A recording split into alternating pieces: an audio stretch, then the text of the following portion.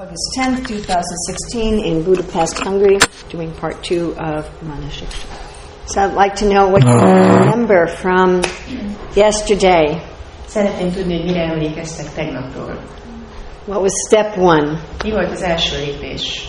Yes. Hogy ez a könyv padati, tehát lépésről lépésre vezet el a cél. This book is a padati that guides us step by step to our goal. Yes.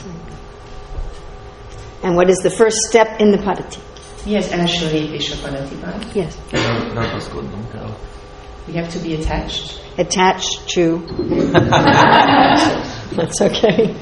Okay, so to whom or what do we need attachment? Kihez vagy mihez kell ragaszkodnunk?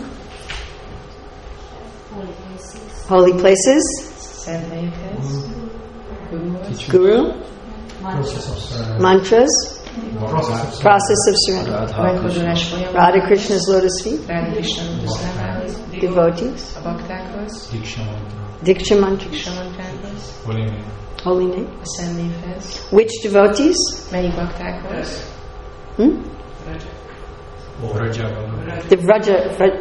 The Vrajavasis, Baktákhoz, a who are Bridgebass. in meditation.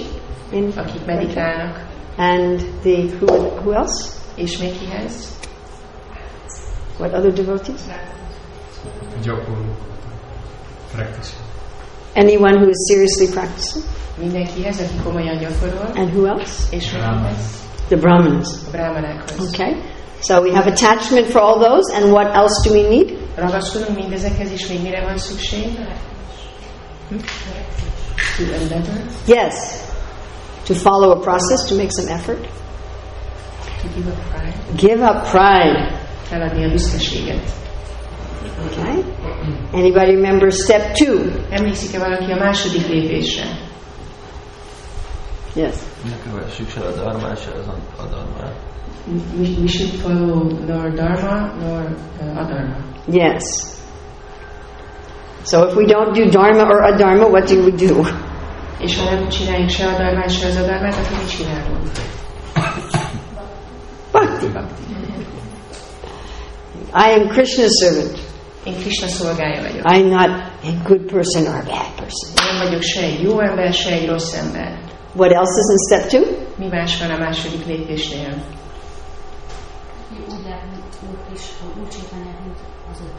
To see Lord Chaitanya as Lord Krishna.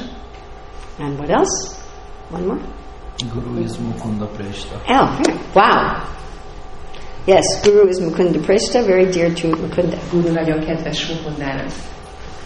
This is more than the 30th time I have taught this, and you are the most intelligent audience.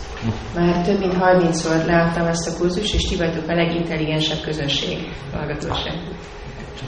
And I'm from New York. I don't know how to speak diplomatically. És New Yorkból jöttem, úgyhogy nem tudom, hogy kell diplomatikusan beszélni. So step 3 on the path? És a harmadik lépés? Pratijanur. Yes, very good. Pratijana. Which means? Mit jelent a Pratijanur? We need to be patient. Patient. Yes, for many births even. Életről életre. And what else is in step 3? Még mi van a harmadik lépésben? Vágyunk. To desire for our devotion to be awakened. Excellent. Feelings to be awakened. Excellent. And who do we follow? És kit követünk? Három személy. Three personalities.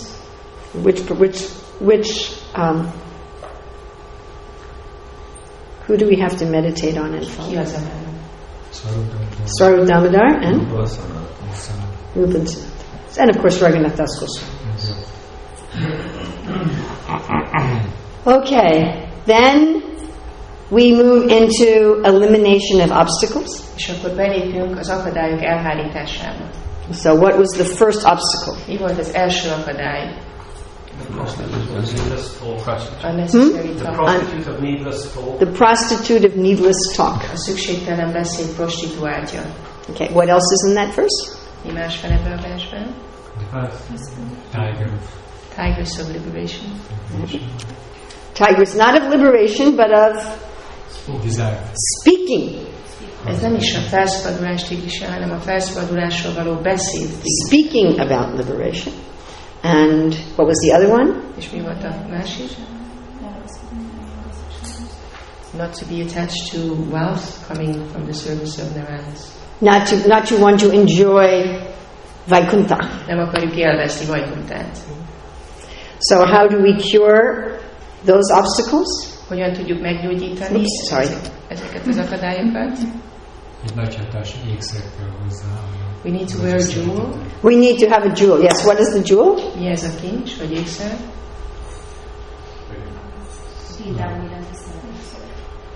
Love for Vrindavan. Love for Vrindavan and the mood of Vrindavan.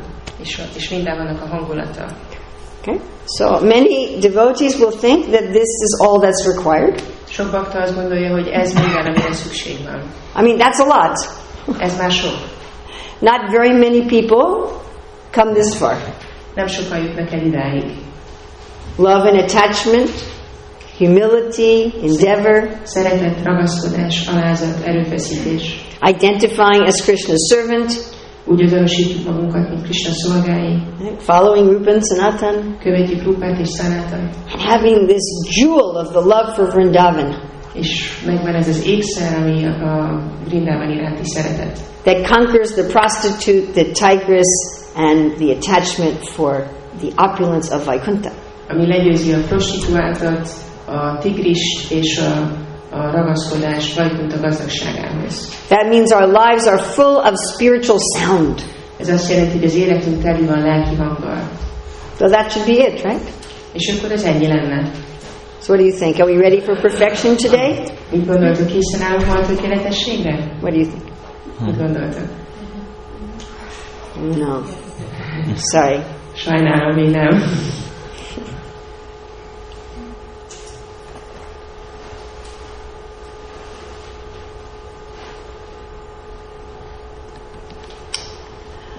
Asakche sakasta pradavikata pashali viriha prakamam kamadi prakata patapati vyatikarai gale vadvanyeham iti bhagavidvartmapagane Kuru tvam utkaramagati sayata tvam manahita. Now you got to make sure the part that's in quotes you have to read with expression. While here on the revealed path of devotion, I've been attacked by the hideous gang of lust, etc., who bound my neck with the troublesome, dreadful ropes of wicked deeds. I am being killed. Cry out piteously like this to the devotees of Sri Krishna, the destroyer of Baka. Oh, mind, they will save you from these enemies. What do you think? Miközben az odaadás magas útját járó megtámadtak a Kévágy nevű útonál, és csúf cimborá és a nyakamnál fogva megkötöztek a gonosz tettek fájdalmas, rettenetes köteleivel, és megölnek engem. Szánalmat kiváltva, kiáltsd ezt Sri Krishna, Baka megölője baktáihoz. Ó elme, ők meg fognak menteni téged ezektől az ellenségektől. So, we're speaking very nicely at this point. Nagyon szépen beszélünk. But what are we doing? De mit csinálunk? In the Bhagavatam, there's two famous demons who spoke very nicely, but didn't act nicely. Who are they? Van két nagyon híres démon, akik nagyon szépen beszéltek, de nem cselekedtek szépen. Kik voltak ők?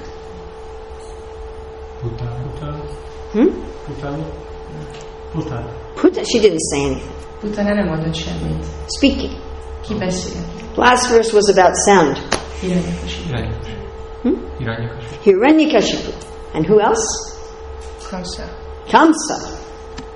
Putana looked nice, but she didn't say anything. Putana jól nézett ki, de nem mondott semmit. So Hiranyakashipu and Kamsa, they spoke very nice philosophy, but their behavior was not very nice. Hiranyakashipu és Kamsa nagyon szép filozófiát mondta, de nem viselkedtek szépen. This is a problem in every religion. Ez egy probléma minden vallásban. People who speak nicely, but their private behavior is not so. Vannak, akik nagyon szépen tudnak beszélni, de a privát viselkedésük, személyes viselkedésük az nem túl szép. Raghunath Das Goswami says you're on the revealed shining path of bhakti. Azt mondja Raghunath Das Goswami, hogy a bhakti ragyogó útját járod, but there may be highway bandits. de lehetnek utonállók. Do you have highway bandits in Hungary? Magyarországon vannak utonállók? Some places? Bizonyos helyeken. Metro station. At the petrol station. Metro station. In America we have some places like that also. Amerikában is vannak ilyen helyek néha. Certain petrol stations. Néhány benzinkútnál. Somebody might steal your car or your wallet. Tehát, hogy valaki elrakja a kocsidat vagy a pénztárcádat. In South Africa, they told me you have to be very careful at the robots. Dél-Afrikában azt mondták, hogy nagyon vigyázni kell a robotoknál. The robots? Robot? That's the traffic lights. Az a forgalom, igen, közlekedési lámpa. They call them robots. Úgy hívják őket, hogy robot. And many times people get their cars stolen at the traffic lights. És sokszor ellopják az embereknek az autóját a lámpáknál. One of the devotee's sons was murdered at the traffic light for his car. Egy baktának a fiát megölték egy lámpánál a kocsijáért. So these are the highway bandits. So who are they? Ezek az utonállók kik ők? So my apologies to the men that my artists depicted them all as male. Bocsánatot kérek a férfiaktól, hogy a művész mindenkit férfiként ábrázolt. Lust, Kévágy, anger, düh, envy, irigység, greed, omoság, illusion, illúzió and madness. és őrültség.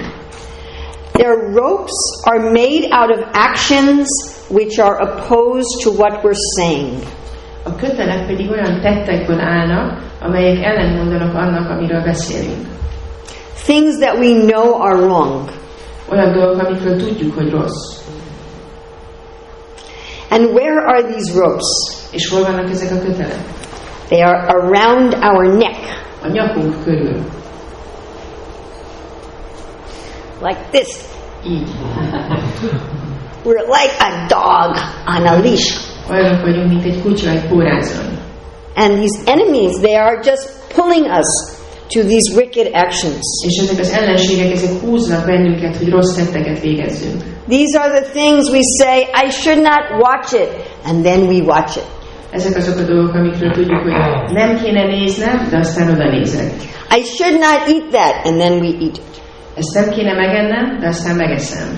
I shouldn't do that, and then we do it. Ezt nem kéne csinálnom, de aztán csinálom. Arjuna brought up the same problem in the Bhagavad Gita. Arjuna ugyanezt a problémát felveti a Bhagavad Gitában. When I first read the Bhagavad Gita, I was 17. Amikor először olvastam a Bhagavad Gitát, 17 éves voltam. And in the printing that I had, Arjuna's question was at the bottom of the right page. És a könyvben, abban a kiadásban, amit olvastam, Arjunának a kérdése alul volt. Why are we forced to do things we don't want to do? Miért kényszerülünk rá, hogy olyan dolgokat tegyünk meg, amiket nem akarunk megtenni? And I said, yes, why? És akkor mondtam, hogy hú, miért? Igen, ez az. And what does Krishna say? És mit mond Krishna? Kévágy. That was a very disappointing answer. Ez egy nagyon elkeserítő válasz volt. This is the same thing Raghunath Das Goswami is saying here. Ugyanezt mondja itt Raghunath Das Goswami. Lust and his friends are pulling us to actions we don't want to do. A kévágy és a barátai kényszerítenek bennünket, húznak bennünket olyan tettekhez, amiket nem akarunk megtenni. We feel like a victim. Úgy érezzük, mintha áldozatok lennénk. This is not what I believe. Nem ezt hiszem. This is not what I talk about. Nem ez, amiről beszélek. This is not what I feel in my heart. Ez nem az, amit a szívemben érzek. Why am I behaving like this? Miért viselkedek így?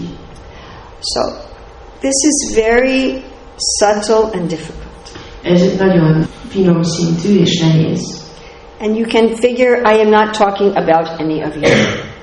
És tudhatjátok, hogy nem rólatok beszélek. This is about other people. Másokról beszélek. We let them lead us around because we like them. Hagyjuk, hogy így vezessenek bennünket, mert kedveljük őket. We think they are our masters and our friends. Azt gondoljuk, hogy a mestereink és barátaink. Krishna says, Kamashrita and Ahankara Ashrita. We actually take shelter of our false ego and our lust. Krishna azt mondja, hogy valójában menedéket keresünk a hamis egonál és a kévágyen. So many years ago, one senior devotee came to me with a problem. Évekkel ezelőtt egy idősebb bakta oda jött hozzám egy problémával. And I said, ask Krishna, what is the real problem? És akkor mondtam neki, hogy kérdezd meg Krishnától, hogy mi az igazi probléma. He says, no, I'm scared. És akkor azt mondta, hogy nem, félek. And again, he would write me a month later. Egy hónappal később megint írt. Ask Krishna, what is the real problem? Hogy kérdezd meg Krishnától, hogy mi az igazi probléma. I don't want to know what he will tell me. De én nem akarom tudni, hogy mit mondaná. So after 2 years of suffering and suffering and suffering, 2 évnyi szenvedés után, he said, okay, I will ask. azt mondta, hogy jó, megkérdezem. So the next morning he called me. Másnap reggel felhívott. Krishna told me. Krishna megmondta. I said, well, now you wanted to know. Hát most, hogy már akarta tudni. He said, it is just lust. Azt mondta, csupán a kévágy. So I said, why didn't you want to see it before? És akkor kérdeztem, hogy korábban miért nem akartad látni? He says, I was afraid if I gave this up, I would become irresponsible. Attól féltem, hogy ha ezt feladom, akkor felelőtlen leszek. I wouldn't take proper care of my family. Nem fogok megfelelően gondoskodni a családomról. Someone thinks if I'm not greedy, then I will not work hard to distribute so many books. Valaki azt mondja, hogy ha nem vagyok óvó, akkor nem fogok keményen dolgozni, hogy minél több könyvet kiosszak. Another very senior devotee came to me with a different problem. Egy másik idősebb bakta jött hozzám egy másik problémával. All of his sadhana had become very dry. A szádanája nagyon száraz lett. So again I said, ask Krishna, what is the real problem? Megint mondtam, kérdezd meg Krishnát, hogy mi az igazi probléma. So at least for him it was only 2 months, not 2 years. Ő csak 2 hónapot várt ezzel, nem 2 évet. And at one point he says, I think it is pride. És aztán egy ponton azt mondta, hogy azt hiszem, hogy a büszkeség.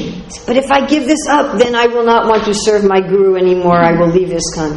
És azt mondta, de ha ezt feladom, akkor nem fogom akarni szolgálni a gurumat, el fogom hagyni az ISKCON-t. I said, that is not possible. Mondtam, hogy ez nem lehet. So maybe like 2 weeks later he said, I have finally let go. És akkor 2 hét múlva mondta, hogy végre elengedtem. And now I am a better devotee. Most már jobb bakta vagyok.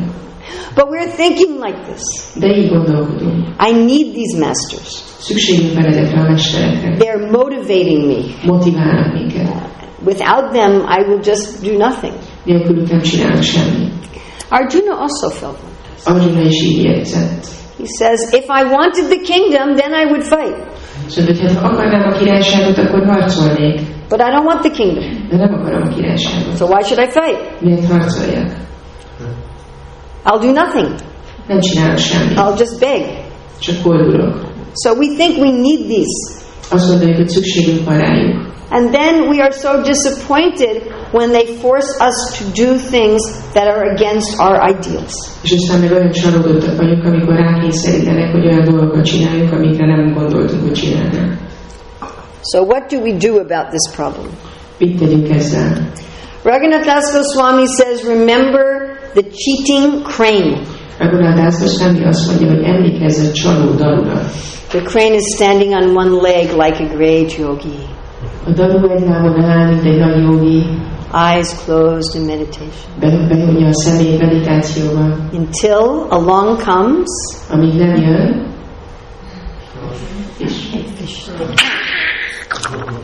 and then back és aztán visszaáll. to the great yogi. So this is the hypocrite. Ez a képmutató. I am a great yogi until there is a fish. Nagy jogi vagyok, amíg nem jön egy hal. Then again, yogi.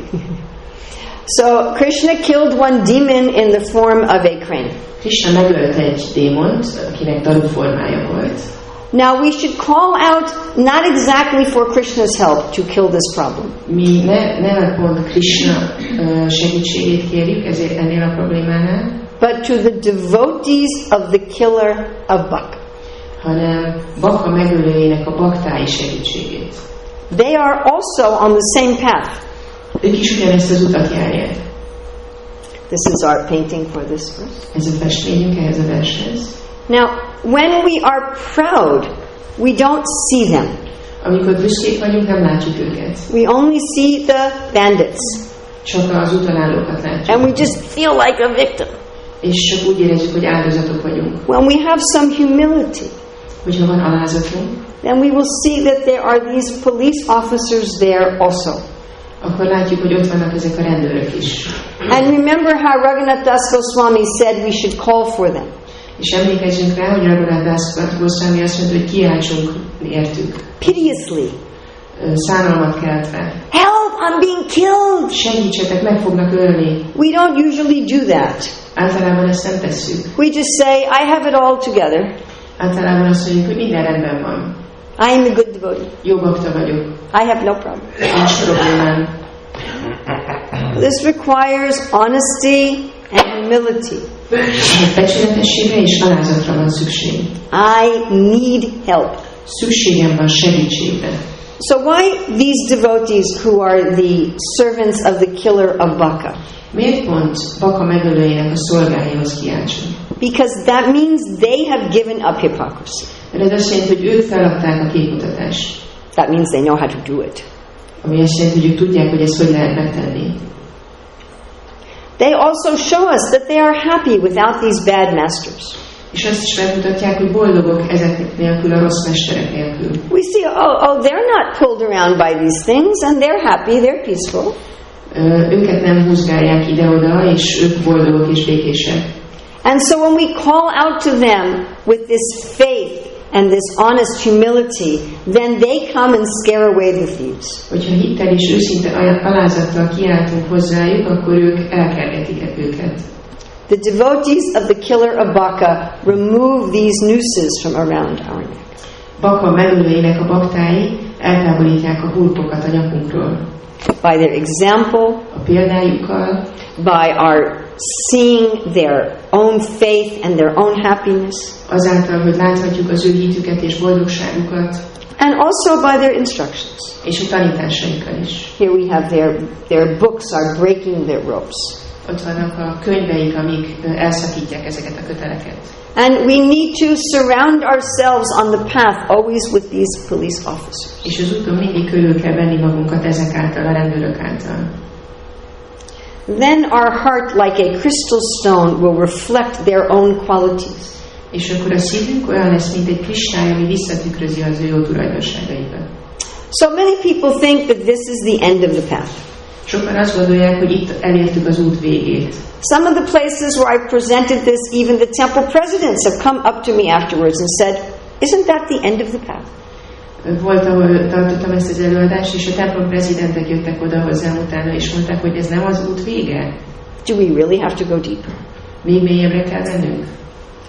Okay. Love, van szeretet, effort, erőfeszítés, humility, alázat. I have an identity as Krishna's servant. Úgy azonosítjuk magunkat, mint Krishna szolgái. Proper relationship with Lord Chaitanya and Guru. Van megfelelő kapcsolatunk az Úr Chaitanyával és a Guruval. Following Rupa and Sanatana. Követjük Rupát és Sanatant. Desiring to go to Vrindavan. Vágyunk arra, hogy Vrindavanba menjünk. Spiritual sound. Van lelki hangvibráció. And proper action. És megfelelő cselekvés. That's it. Ez minden. I am now officially a devotee in good standing. Én most már hivatalosan egy jó bakta vagyok. According to GBC law. A GBC törvény szerint. Seriously. Komolyan. That should be all. Ez kellene, hogy legyen minden. What do you think? Mit gondoltuk? Are we ready now for perfection? Készen állunk a tökéletességre? What else do you think there might be? Mi más lehet még?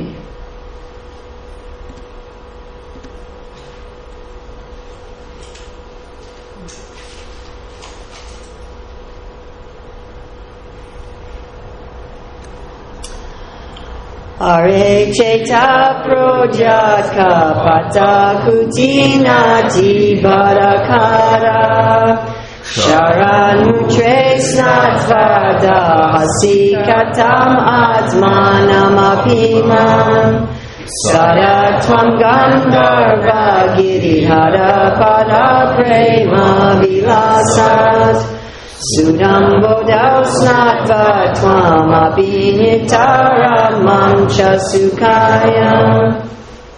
Ó, gazfickó elme! Miért kell mindkettőnknek, neked és nekem, a léleknek, a teljességgel megnyilvánuló képmutatás és kétszínűség hatalmas szamarának csípős vizeletében fürdeni? Inkább fürödj mindig a Sisi Gandharva Hidvári lótuszlábától áradó szeretet óceánban, ezzel mindkettőnket megörvendeztetve. The last verse was about deceiving others, and this is about deceiving ourselves. Az előző vers arról szólt, hogy másokat próbálunk becsapni, ez pedig arról szól, hogy magunkat csapjuk be. On the gross platform, these thieves are dead by the shining path. Durva szinten ezek az útonállók meghalnak a ragyogó úton. I told you cannot blame me that this is gross. Mondtam, hogy ne engem hibáztassatok, hogy ez gusztustalan. And we think, I'm doing bhakti. És azt gondoljuk, hogy csinálom a bhaktit. I have the police officers. Itt vannak a rendőrök. I have the jewel. Itt van az ékszer. I'm getting clean and purified. És tiszta vagyok, megtisztulok. Raghunath Das Goswami says you need to look up. Raghunath Das Goswami azt mondja, hogy fel kell nézned. What is your shower head? Hogy néz ki a zuhanyzó fejed? Maybe it is the backside of a very big donkey. Lehet, hogy ez egy nagyon nagy szamárnak a hátsó fele. So how do you know? Honnan tudod? It's burning. Éget. So if we're doing bhakti, ha bhakti gyakoroljuk, but we feel a burning in our heart, de érezzük, hogy ég a szívünk, then we have this problem. akkor ez a problémánk. If when you meet a more advanced devotee, you think, why is he so advanced? I joined bhakti first. That's not fair. Hogyha például van ilyen gondolatod, amikor találkozol egy baktával, hogy ő miért ilyen fejlett? Én előbb csatlakoztam, ez nem igazságos. That is discipline. Ez a... Although you're behaving properly, your heart is not satisfied. Lehet, hogy megfelelően viselkedsz, de a szíved nem elégedett. When people have this problem, sometimes they blame the process. They say the process doesn't work. Amikor valakinek ez a problémája, akkor van, hogy a folyamatot hibáztatja, azt mondja, hogy a folyamat nem működik. Or they blame other people. Vagy másokat hibáztatnak. I get so many emails from different devotees saying the reason I am not Krishna conscious is my wife. Olyan sok e-mailt kapok baktáktól, akik azt mondják, hogy igazából az ok, amilyen nem vagyok Krishna tudatos, az a feleségem. One person blamed his 1-year-old child. Volt valaki, aki az 1 éves gyerekét hibáztatta. It is my baby's fault that I am not Krishna conscious. A gyerekem hibája, hogy nem vagyok Krishna tudatos. People get very angry. Az emberek nagyon dühösek lesznek. Or it's the fault of the ISKCON leaders. Vagy az ISKCON vezetőknek a hibája. And they write all these things on the internet. És akkor írogatnak mindenféléket az interneten. But this is the problem. Ez a probléma. So Bhaktivinoda in his commentary analyzes 3 different kinds of sadhakas and how each of them can be bathing in donkey urine. Bhaktivinoda kommentárjában 3 szádakáról beszél, és arról, hogy ez a 3 szádaka hogy tud szamárvizeletben fürdeni. But I see that these are not exclusive to these categories. De látom, hogy ez nem kizárólagos ezekre a kategóriákra. So any of these problems can apply to any sadhaka. Vagyis a problémák bármelyike vonatkozhat bármelyik szádakára. Can you see it there at all? Yeah. A little bit. Okay. So the first is the Swanista sadhaka. Az első a Swanista szádaka. This is what you call in Hungary the full-time devotees. Ezek, akik Magyarországon úgy hívtok, hogy a teljes idős bakta. But not renunciates. De nem a lemondottak. So in Bhaktivinoda's time that meant they were married. Bhaktivinod idejében ez azt jelentette, hogy ők házasok voltak. But I think in 2016 we have people who are not renunciates but not married. De azt hiszem, hogy 2016-ban sokan vannak, akik nem lemondottak, de nem házasok. So it would apply to them also. Tehát ez rájuk is vonatkozik. People who are full-time devotees but not renunciates. Bakták, akik teljes idős bakták, de nem lemondott, nincsenek lemondott rendben. Here we have Radha Krishna are maintaining them directly. Ott van Radha Krishna, aki közvetlenül feltartja őket. So how can they bathe in donkey urine? Hogy tudnak ők a szamárvizeletbe fürdeni? In the name of service, just wanting to enjoy their senses. A szolgálat ürügyén az érzékeiket akarják élvezni. This is a big problem that can become institutionalized. Ez egy nagy probléma, amit tudunk intézményesíteni. Ignoring the humble devotees in order to serve rich materialistic people. Hanyagoljuk az alázatos baktákat hogy gazdag embereket szolgáljunk. So after my mother died, I got a little inheritance. Miután az édesanyám elvette a testét, örököltem. I gave it to one temple for their gosha. Odaadtam az örökségem egy templomnak, a gosalájának. And then when I visited, they gave me big garlands and mahaprasadam and big kirtans. És amikor oda látogattam, akkor nagy virágfüzért kaptam, és sok mahaprasadamot, és nagy kirtannal fogadtak. I said, I don't have any more. És mondtam, hogy nincs több pénzem. Next year, same. Következő évben ugyanez volt. Jai. I said, I don't have any more, really. Mondtam, hogy tényleg nincs több. And next year I was ignored. És a következő évben már nem törődtek velem. So there's one devotee named Peter Burwash who regularly travels around the world. Van egy bakta, akit úgy hívnak, hogy Peter Burwash, aki utazik a világon mindenfelé. He is a very rich and famous Ő person. tényleg egy nagyon gazdag és híres személy. Prabhupada told him to preach about vegetarianism. Prabhupád azt kérte tőle, hogy a vegetáriánizmusról prédikáljon. And still, most people in the world, most devotees, they don't know who he is. A világon a legtöbb bakta nem is tudja, hogy ki ő. He's very famous in the world. Nagyon híres a kinti világban. And he says in about half of the temples he visits, nobody says hello. Mondta, hogy a legtöbb templomban, hova ellátogat, még nem is köszönnek neki. But if they know who he is, then he gets a grand reception. De amikor megtudják, hogy kicsoda, akkor nagy fogadtatást kap. He does a test every year for the temples in North America. Észak-Amerikában minden évben teszteli a templomokat. Where people call the temple to ask for information.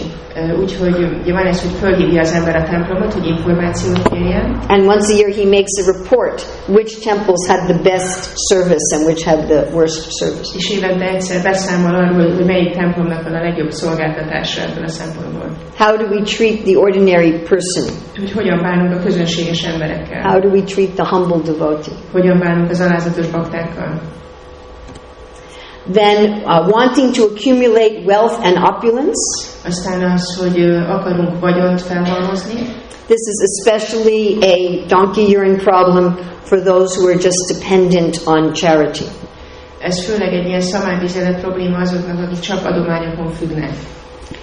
Wanting to win arguments instead of find the truth. Mikor meg akarjuk nyerni a vitát, ahelyett, hogy az igazságot akarnánk kideríteni. This is also a very widespread problem. Ez is egy nagyon széleskörű probléma. Twisting logic in order to win instead of just relying on the Shastra for truth. Ide-oda csavarjuk a logikát, hogy nyerjünk, ahelyett, hogy a sástrát használnánk alapul. This is also a very big problem. Ez is egy nagy probléma. Artificially having the dress of a renunciate just for prestige. Úgy öltözünk, mintha lemondott rendbe tartoznánk, de igazából csak tiszteletet akarunk. Now, in the early days of ISKCON, this meant people taking sannyas when they weren't ready. Az ISKCON korai korszakában ez azt jelentette, hogy a bakták szanyászt vettek, amikor még nem voltak készen rá. And now we don't allow that. Most már ezt nem engedjük.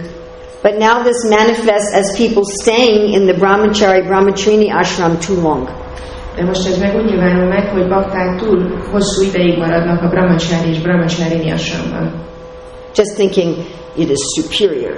Azt gondolva, hogy én magasabb rendű vagyok. When they're not actually qualified. Amikor valójában nem képesítettek. Then they get to be 45 and say, oh, I have to get married. És akkor 45 évesen fogják a fejüket, hogy meg kell házasodnom.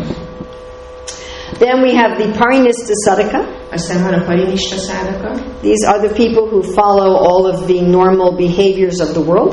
Ők azok az emberek, akik a világban normálisnak tekintett viselkedési mintákat követik. In Bhaktivinoda's day, that would mean they were married. Bhaktivinod idejében ez azt jelentette, hogy valaki házas. But I think today this would also apply to some people who are not married. Ma persze ez vonatkozik olyanokra is, akik nem házasok. And here we see Radha Krishna are supplying everything through the briefcase. És itt látjuk, hogy Radha Krishna a aktatáskán keresztül ad mindent. So they can bathe in donkey urine by making a show of being very strict, whereas privately they have so many attachments. Ők úgy tudnak fürdeni a szamárvizeletbe, hogy külsőlegesen úgy tesznek, mintha nagyon szigorúak lennének, de közben teli vannak ragaszkodásokkal. Then this is very common. Aztán ez egy nagyon gyakori. Preferring the association of non-devotees. amikor jobban szeretjük az avakták társaságát. The karmis, the gyanis, and the yogis. A karmikét, a gyánikét és a jogikét. And this yogi he has no place. És ennek a joginak nincs helye. The devotee has no place. Baktának nincs helye. So recently I talked to devotees who ran 4 or 5 restaurants. Nem régen beszélgettem baktákkal, akik 4-5 éttermet működtettek. I said, oh, you were serving prasadam? És mondtam, hogy prasadamot No, osztotok? just vegetarian. Nem, csak vegetáriánus étel. Why? Miért? He said it was too much trouble to hire the devotees. Azt mondta, hogy túl nagy erőfeszítés baktákat venni fel. They'd say, oh, we already have 5 hours of sadhana, we can only work 4 hours, not 8. Azt mondják, hogy hát mi már 5 órát szádalázunk, nem tudunk 8 órát dolgozni, csak 4-et. Now my Guru Maharaj is visiting, so I didn't come to work. Most jön a Guru Maharajról, ma nem megyek munkába. Why didn't you work the other day? Miért nem dolgoztál előző nap? It was Narottama Das Thakur's appearance day. Narottama Das Thakur megjelenési napja volt. I had to stay home and sing. Otthon kellett maradnom énekelni. So he said the devotees were too much trouble. Mondta, hogy a baktákkal túl nehéz. So the better I hire non-devotees. Jobb, ha nem baktákkal dolgozom. Then we have the Nirapeksha. Aztán van a Nirapeksa. These are the brahmacharis, vanaprasthas, and sannyasis. Ők a brahmacharik, vánapraszták és szanyászik.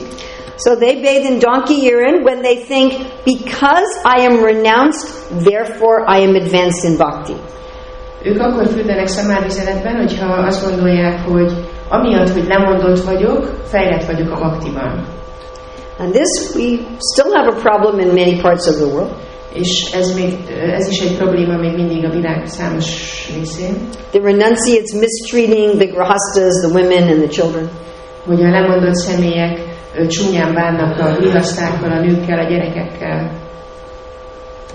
Collecting more than is required for service. Hogy többet gyűjtenek, mint ami a szolgálathoz szükséges. This is a problem in every religion. Ez minden vallásban probléma.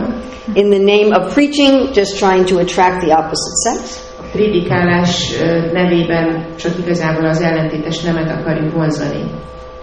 This is also an institutionalized problem. Ez is egy intézményesített probléma. Neglecting one's own spiritual life to collect money. Elhanyagoljuk a saját lelki életünket azért, hogy pénzt hozzunk be.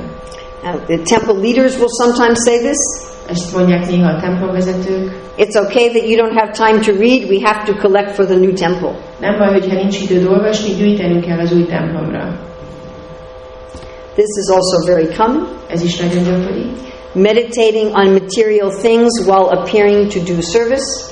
Anyagi dolgokon meditálunk, miközben látszólag szolgálatot végzünk. Hare Krishna, I don't have enough money. Hare Krishna, I need a new car.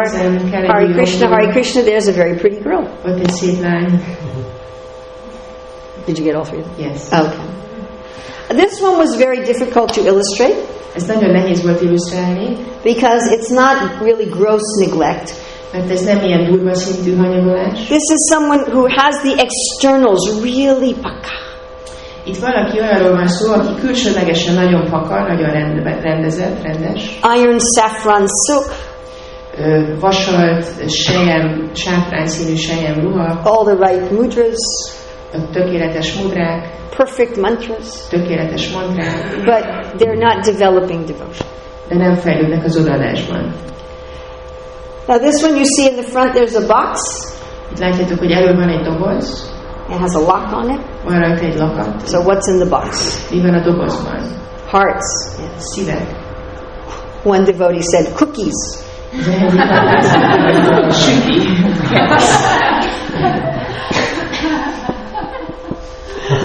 So doing the activities of bhakti but without your emotion and desire.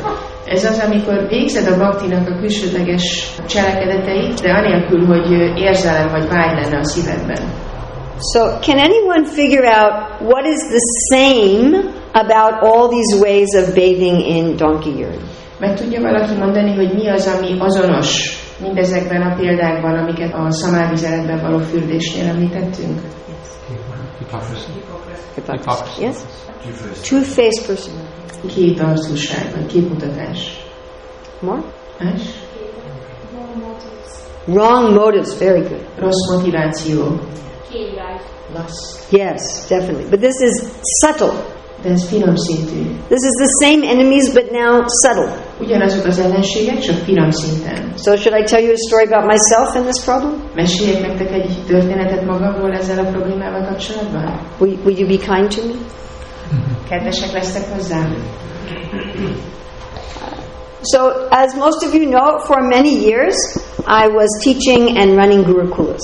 Ahogy sokan tudjátok, hosszú éveken keresztül gurukulában tanítottam és gurukulákat vezettem. And you may also know that in most places in ISKCON, gurukula is not given facility. És lehet, hogy azt is tudjátok, hogy az ISKCON-ban sok helyen a gurukula nem kap jó körülményeket. Here is an exception. Ez ami itt van, ez egy kivétel. But most places it's pretty bad. De a legtöbb helyen elég rossz a helyzet. No money, Nincs pénz, no good people, nincsenek jó emberek, not even encouragement. és még bátorítás sincs. So you can listen to 500 Shastra classes and nobody will say a good thing about educating the children. Lehet, hogy meghallgatsz 500 jó sásztrán alapuló leckét, de egy szó nem esik arról, hogy milyen fontos a gyerekeket jól oktatni. In Prabhupada's centennial year, they had a lotus, and on each petal was an area of ISKCON, but there was no petal for education. Amikor volt a Prabhupád centenárium, akkor készítették ezt a lótuszt, aminek mindegyik szirma az egyik területét az ISKCON prédikálásnak rá volt írva, mindegyik sziromra, de nem volt az egyik szirmon se az oktatás. When the North American Strategic Planning Team made a list of the 17 things that ISKCON has to offer the world, there was nothing about children's education. Amikor az észak-amerikai stratégiai tervezést készítették, és csináltak egy listát, hogy mi az a 17 dolog, amit az ISKCON a világnak kínál, nem szerepelt köztük az oktatás. When the GBC set up permanent committees, they did not set up a committee for education. Amikor a GBC különböző bizottságokat létesített, akkor nem létesítettek egy bizottságot az oktatás számára. Maybe 2 or 3 years later. Csak olyan 2-3 évvel később. One temple where we were running a gurukul, the temple wanted to raise money. Az egyik templomban, ahol a gurukulát vezettük, a templom pénzt akar gyűjteni. So they had a fancy dinner. És akkor volt egy ilyen díszvacsora. And they had exhibits of all of the activities of the temple. És csináltak egy kiállítást, amin bemutatták, hogy milyen tevékenységek vannak a templomban. So they asked my husband and I, please make an exhibit about the gurukula. Megkérték a férjem és engem, hogy készítsünk egy ilyen táblát, egy ilyen kiállítást a gurukuláról. And then they collected a lot of money. És nagyon sok pénzt gyűjtöttek. Guess how much of that money they gave to the gurukula? Mit gondoltok, mennyi pénzt adtak abból a gurukulának? Nothing. Semmi. So this was my experience. Ez volt az én tapasztalatom. But this was my service. Ez volt az én szolgálatom. And Prabhupada said Gurukul is our most important project. Prabhupád azt mondta, hogy a gurukula a legfontosabb projektünk. So I was feeling I am devoted to Prabhupada's most important project. És akkor én úgy éreztem, hogy én Prabhupád legfontosabb projektjének szenteltem az életem. Are you starting to understand the problem? Kezditek érteni a problémát? But I did not understand. De én nem értettem, hogy probléma van. And I thought, why are they collecting so much money for temples? They should give it to the children. Akkor azt mondtam, hogy miért gyűjtenek ennyi pénzt a templomoknak, miért nem adják a gyerekeknek? Now, that's true. Ez igaz. We really should give money to the children. Kellene adnunk pénzt a gyerekeknek. But I had this attitude very strongly. De nagyon erős volt ez az attitűdöm. And I was very proud of this attitude. És nagyon büszke voltam erre az attitűdre. I thought this was my best thing in bhakti. Azt gondoltam, hogy ez a legjobb dolog a bhaktiban nekem. Okay, I went to Mangalartik, but in those days everybody went to Mangalartik. Jó, hát voltam Mangalárati, de azokban az időkben mindenki járt Mangaláratira. Chanted my rounds, but everybody was chanting. Lecsapáztam a köreim, de mindenki lecsapázta a köreit. But I was devoted to Prabhupada's most important project. De én Prabhupád legfontosabb projektjének szenteltem az életem. And this was my offering to my guru. És ez volt az én felajánlásom a gurumnak. I thought that it was something very precious. Azt gondoltam, hogy ez egy nagyon értékes dolog. And I thought this attitude was purifying me. És azt gondoltam, hogy ez az attitűd majd meg fog tisztítani engem. In fact, I thought it was the main thing that was purifying me. Sőt, azt gondoltam, hogy ez a fő dolog, ami meg fog tisztítani. Now, what's interesting is how I felt about it. Az érdekes az, hogy éreztem ezzel kapcsolatban. I felt like it was a fire. Úgy éreztem, mintha ez egy ilyen tűz lenne. Does that tell you something? Ez mond valamit nektek? I felt it, experienced it as a burning sensation. Olyan volt a tapasztalat, mint hogyha egy ilyen égető érzés lenne. But I thought, oh, this is a fire of dedication. Akkor azt gondoltam, hogy ez az önátadásnak a tüze. I really believed that. Igazából ezt hittem. So, how many of you have learned a wonderful lesson in some painful way? Hányan tanultatok meg valami nagyon csodálatos dolgot fájdalom árán? So I have learned many lessons in painful ways. Én sokat tanultam fájdalom árán. So one day I went to talk to Krishna. Egy nap elmentem, hogy beszéljek Krishnával. And I said, my dear Lord, I am very tired of learning lessons in painful ways. És akkor mondtam, hogy drága Uram, már belefáradtam abba, hogy fájdalom árán tanulok meg dolgokat. I would like to learn a lesson in an ecstatic way. Szeretnék valami extatikus módon tanulni valamit. I said, at least try one time. Legalább egyszer próbáljuk ki, kérlek. And I promised that I will listen. És megígértem, hogy hallgatni fogok rá. So right around that time, I was invited to work on a program for the Mayapur temple. Pont akkoriban meghívtak, hogy dolgozzak egy programon a Mayapuri templomnak. This is not that design. Nem ez a terv. This is a long time ago under Harikesh. Ez sok évvel ezelőtt volt még Harikesh idejében. So they were going to do fundraising for the temple. Pénzt akartak gyűjteni a templom számára. And they wanted to produce an encyclopedia of Krishna consciousness. És egy Krishna tudatos enciklopédiát akartak készíteni. And they invited me to write all of the text. És meghívtak, hogy megírjam a szövegét. The situation was absolutely perfect for me. Ez a helyzet, ez tökéletes volt a számomra. It's like a perfect fit between urmila and the service. Tökéletesen passzolt urmila és a szolgálat. Exactly according to my nature.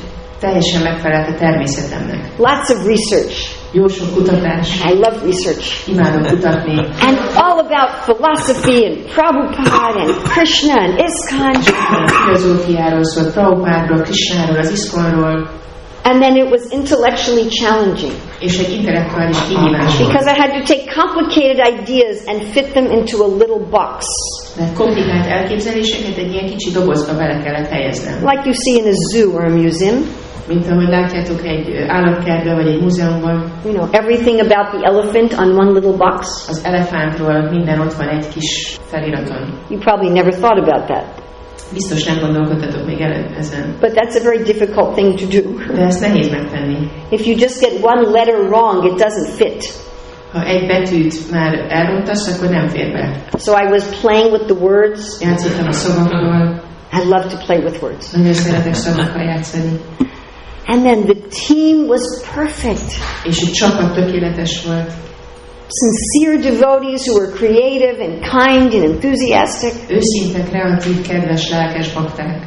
And just the right mix of letting me do what I wanted to do and giving me direction. És pont tökéletes arányban volt az, hogy hagyták, hogy csináljam, amit akarok, illetve, hogy adtak útmutatást. Leadership was perfect. Tökéletes volt a vezetés. Again, just the right mix of direction and freedom. Megint tökéletes volt az aránya az útmutatásnak és a szabadságnak. Beautiful place out in the country. Gyönyörű vidéki helyen voltunk. Trees and water and birds. Fák között, vízzel, madarakkal. Amazing prasadam. Fantasztikus prasádam volt. First class morning program in kirtan. Első osztályú reggeli program és kirtan. It was amazing. Az egész csodálatos. So I was so happy. Nagyon boldog voltam. So I wrote everything for this encyclopedia. Megírtam mindent az enciklopédiához. The philosophy, Prabhupada's life, what's happening in ISKCON. Filozófiát, Prabhupád életét, hogy mi történik az ISKCON-ban. I had only one thing left to do. Már csak egy dolog volt, amit meg kellett írni. Write about the Mayapur temple. Hogy írjak a Mayapuri templomról. So we could collect money. Hogy tudjunk pénzt gyűjteni. And I started to work. És elkezdtem dolgozni. And I couldn't do it. És nem tudtam megcsinálni. I just couldn't do it. Nem ment. I couldn't think. Nem tudtam gondolkodni. I couldn't write. Nem tudtam írni. I couldn't function. Nem tudtam működni. I didn't know why. Nem tudtam miért. I said, everything's wonderful. Mondtam, hogy minden csodálatos. Why can't I do this? Miért nem tudom megcsinálni? And I had only 3 weeks to finish the whole project. És csak 3 hetem volt, hogy befejezem az There's egészet. a lot of pressure. Nagy nyomás volt. And one day I did nothing. És volt egy nap, hogy semmit nem csináltam. Krishna, why? Krishna, miért? And then he showed me. És akkor megmutatta.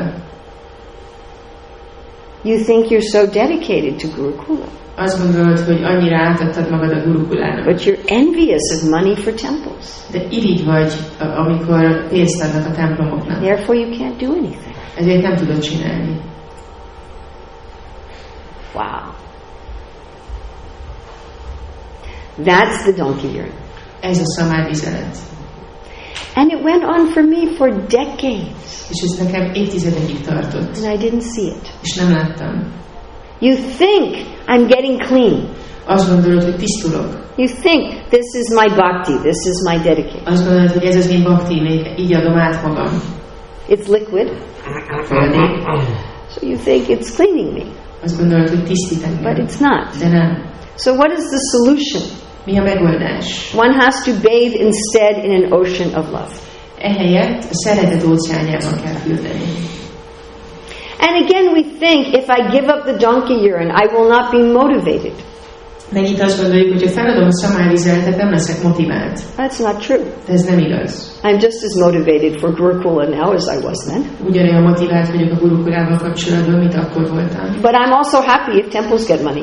De annak is örülök, hogyha a templomok kapnak pénzt. I'm happy if everybody gets money. Örülök, amikor mindenki kap pénzt. To have the mentality that everything we are doing is for Krishna's pleasure. Az legyen a mentalitásunk, hogy minden, amit csinálunk, az Krishna örömére csináljuk. And this ocean of love is such a relief. És ez a szeretet óceán egy olyan megkönnyebbülés. Where is this ocean?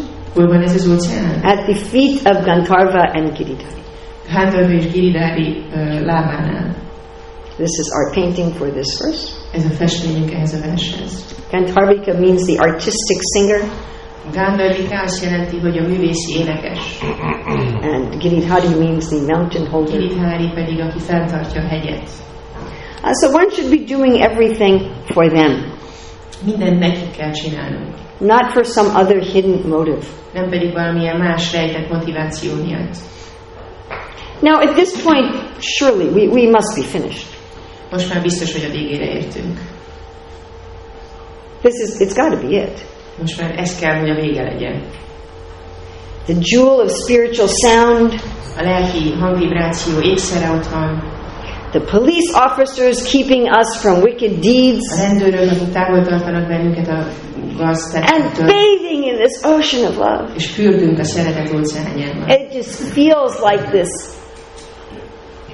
luminous bliss is surrounding you. Ilyen ragyogó boldogság vesz körül minket. This must be the end of bhakti. Biztos, hogy ez már a vége az útnak. What do you think? Mit gondoltok? Is there anything else? Van más? Do you think there's something else? What do you think? More verses. Well, but the other verses could be about perfection. Hát igen, mondtam, hogy több vers van még, és akkor mondtam, hogy hát igen, de lehetne a többi vers a tökéletességről. There's something deeper. Van valami, ami mélyebb. Sorry about this. Pratisashadrista swapacharamani meridinatet Katam sadhu prema spirshati suchiretananumana Sadatvam sevasva prabhudayita samantamatumam Yatatvam nishasya tvaritami atam veshayati sam. Amíg a hírnév utáni vágy hűtlen, kutyaevő asszonya táncol a szívemben, hogyan tudná a Krisna iránti szeretet erényes és tiszta hölgye megérinteni azt? Ezért, ó elme, mindig szolgált Krisna hadseregének szeretett bakta tábornokát. Ő majd kiebrudalja a hűtlen asszonyt a szívedből, és beköltözteti a szeretet tiszta hölgyét oda. So now you have a jewel of love, police officers, and you're swimming in an ocean of love. Tehát birtokodban van a szeretet ékszere, fürdesz a szeretet óceánjában, és ott vannak a rendőrök. I'm getting purified. There's a party going on in my heart. Tisztulok, és a szívemben megy a buli, a tánc. Raghunath Das Goswami says you better see who's at the party and what they're eating. Raghunath Das Goswami azt mondja, hogy meg kell nézni, hogy ki van ott ebben a buliban, és mit esznek. I think they're serving a dead dog. Azt hiszem, hogy egy halott kutyát szolgálnak fel. So some people eat dead dogs. Vannak, akik megeszik a halott kutyákat, döglött kutyát. It's food, Az is étel, but it's not a very nice food. de nem egy túl jó étel. So this dead dog is fame and honor. Ez a döglött kutya, ez a hírnév és a tiszteletre való vágy.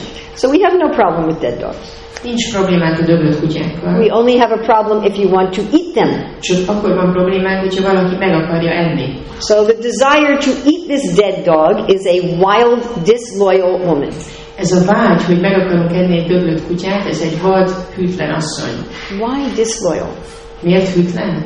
When you want honor and praise, you don't want to stay with someone who is criticizing you. Amikor tiszteletet és dicsőítést akarsz, akkor nem akarsz valaki olyannak a társaságában lenni, aki kritizál. As soon as someone points out your fault, you will go away. Amit valaki rámutat a hibádra, el akarsz menni. We see this even with guru and disciple. Ezt még a guru tanítvány kapcsolatban is látjuk. They worship the guru as long as the guru says, yes, you are wonderful. A tanítvány imádja a gurut, amíg a guru azt mondja, hogy csodálatos vagy. And when the guru says, you have to fix this, oh, not a bona fide guru De anymore. amikor a guru azt mondja, hogy ebben változnod kell, akkor már azt mondjuk, hogy hát nem egy hiteles guru. Now you notice there's some ladies in the back who are not happy. Látjátok, hogy ott a háttérben vannak hölgyek, akik nem örülnek. So in the verse you see the word sadhu prema. Itt a versben van ez a két szó, hogy sadhu prema. Not prema, but prema, the feminine form. Nem préma, hanem prémá, a nőnemű alak. So Raghunath Das Goswami says there's these ladies of pure love and they will not go in this heart. A Raghunath Das Goswami azt mondja, hogy itt vannak ezek a hölgyek, akik a tiszta szeretetet képviselik, és ők nem lépnek be ebbe a szívbe. No, sometimes you are out shopping and you see something you want in a store, but you won't, when you go in, there's terrible music, so you won't go in the store. Amikor az ember elmegy vásárolni, és be akar menni egy üzletbe, ahol van valami, amit megvenne, de rettenetes zene szól, és akkor nem akar bemenni. Now Bhaktivinoda wrote songs for each of these verses. Bhaktivinoda Thakur írt dalokat mindegyik vershez. As I said, this book is the first time we have published, anybody has published these songs in English. Említettem, hogy most először kerültek angol nyelven, most lett először angolra lefordítva ez a dal kommentárja Bhaktivinodnak és kiadva. The songs, not the commentary. A dal kommentárja. So he says that this disloyal woman has a boyfriend. Ő azt mondja, hogy ennek a hűtlen asszonynak van egy barátja. And his name is pretentiousness. És az ő neve az a tettetés. Because when you want to be honored, you will not be honest. Mert amikor tiszteletet akarsz, azt akarod, hogy megbecsüljenek, akkor nem leszel becsületes, őszinte. When we want to be honored, we will always pretend to be better than we are. Amikor tiszteletet akarunk, akkor mindig azt fogjuk akarni, hogy jobbnak lássanak. Tehát azt tettetjük, hogy jobbak vagyunk, mint amilyenek valójában vagyunk. And Bhaktivinoda said this desire for honor is the root of the tree of pretending. És Bhaktivinoda azt mondja, hogy ez a vágy, ez a gyökere a tettetés fájának. If at this point we do not remove this root, all the other problems can come back. Hogyha ezen a ponton ezt a gyökeret nem tüntetjük el, akkor nagyon sok probléma lesz. The donkey urine, the thieves, the tigress, the prostitute. A szamárvizelet, az utonállók, a tigris, So at this point on the path, what do you think the devotee wants to be honored for? Ezen a ponton az úton mit gondoltuk, hogy a bakta miért akar tiszteletet? Mit akar, hogy mit tiszteljenek benne? Amit elért a Krishna tudatban. Whatever he's achieved in Krishna consciousness. Amit elért a Krishna tudatban. So Bhaktivinoda says, whether you are a householder or a renunciate, at this point you want to be honored for being a devotee.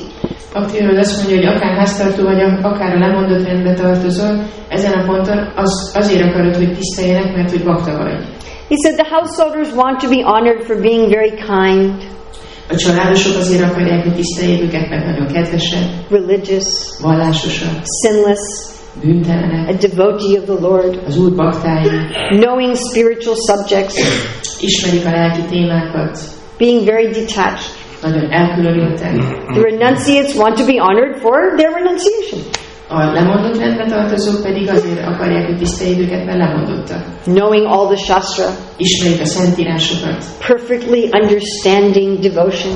Tökéletesen értik az odaadást. So one senior devotee said to me a few months ago, Urmila, I am the only one who knows all about rasa in the Shastra. Egy bakta néhány hónappal ezelőtt azt mondta nekem, egy idősebb bakta, hogy én vagyok az egyetlen, aki mindent tud a szentírásokban a rasszáról. And I thought, dead dog. És akkor azt gondoltam, hogy döglött kutya. So this is a very nice verse. Ez egy nagyon szép vers.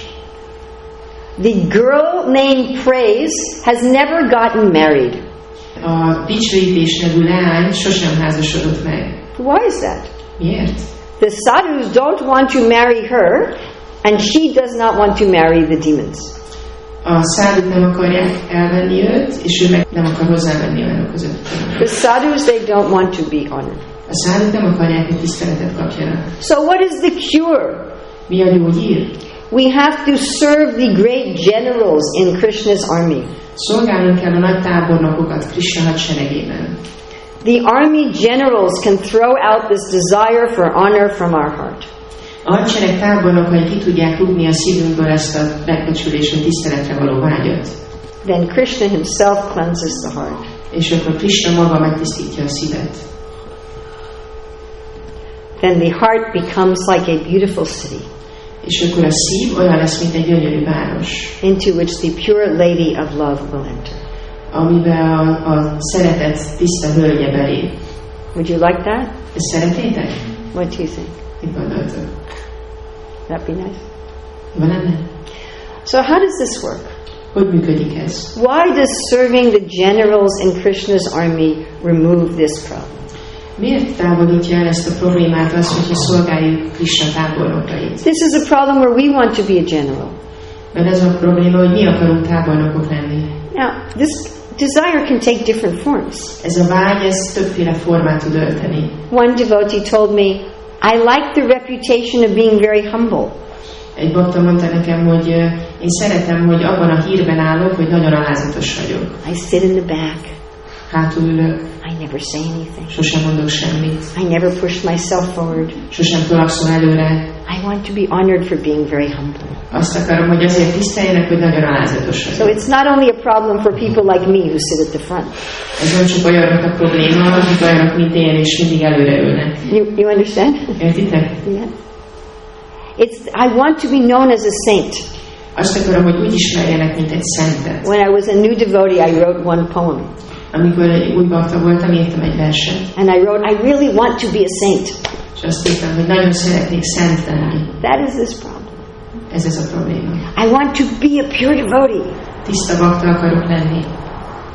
Serve the pure devotees. Szolgáld a tiszta baktákat. I want to be a servant of the pure devotees. Én a tiszta bakták szolgálja akarok lenni. It's natural that we want to be important. Természetes, hogy fontosak akarunk lenni. That we want to be valuable.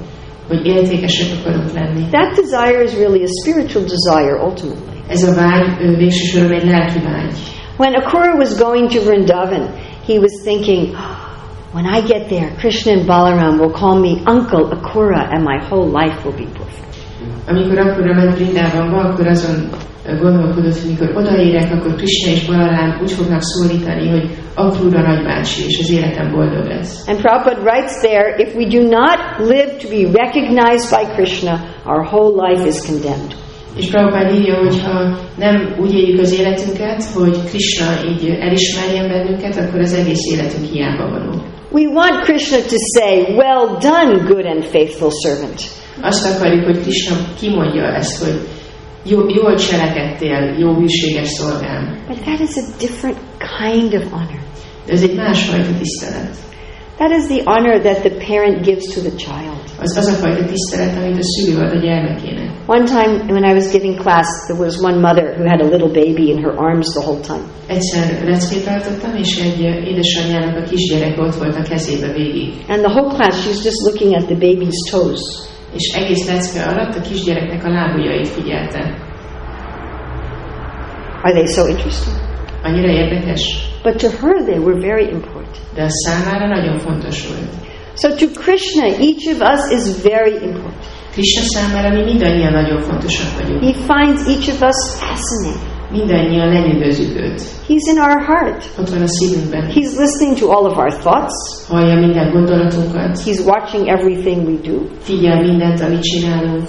But nobody else thinks we're so important. Senki más nem gondolja, hogy olyan fontosak vagyunk. You can make an experiment. Csinálhatok egy kísérletet. You can go to one of your best friends. Oda mehettek az egyik legjobb barátotokhoz. Close family member. Egy közeli családtaghoz. And say, I would like to tell you for 2 hours what I did yesterday. És mondhatjátok, hogy most szeretnék 2 órán keresztül mesélni neked, hogy mit csináltam tegnap. But Krishna's interest. De Krishnát érdekli. So I asked this question many times. Sokszor felteszem ezt a kérdést. How many of you know the names of all of your great-great-grandparents?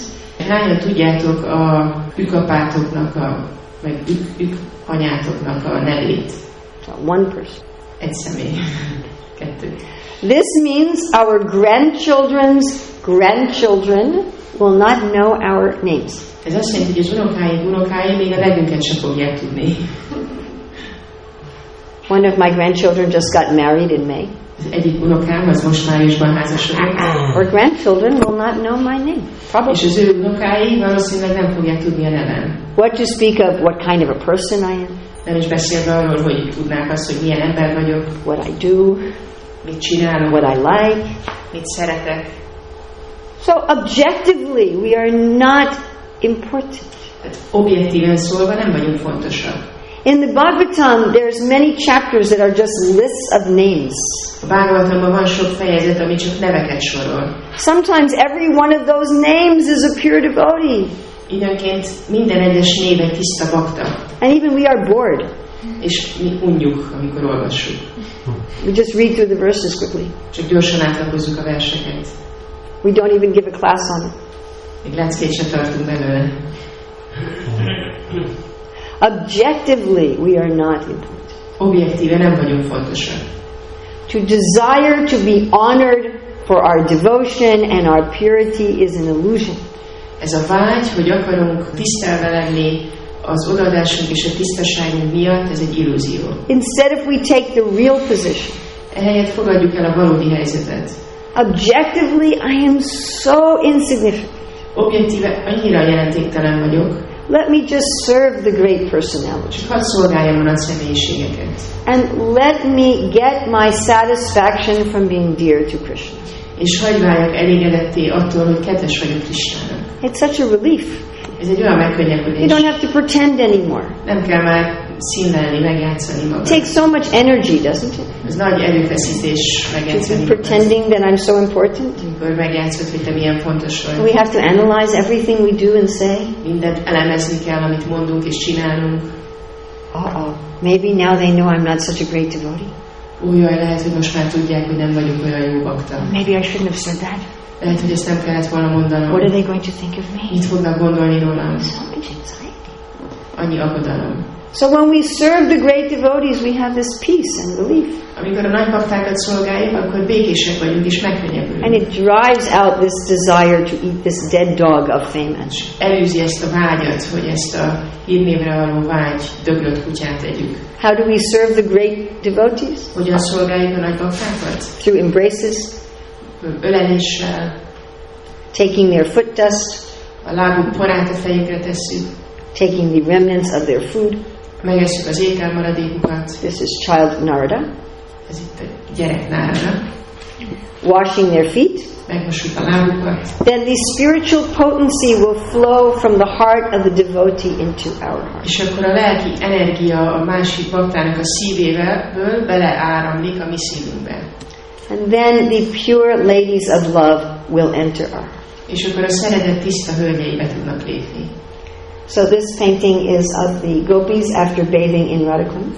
Ez a kép, ez a gopikat ábrázolja, miután megfürödtek a Radhakundban. Ordinary women get dressed to make men lusty and women envious.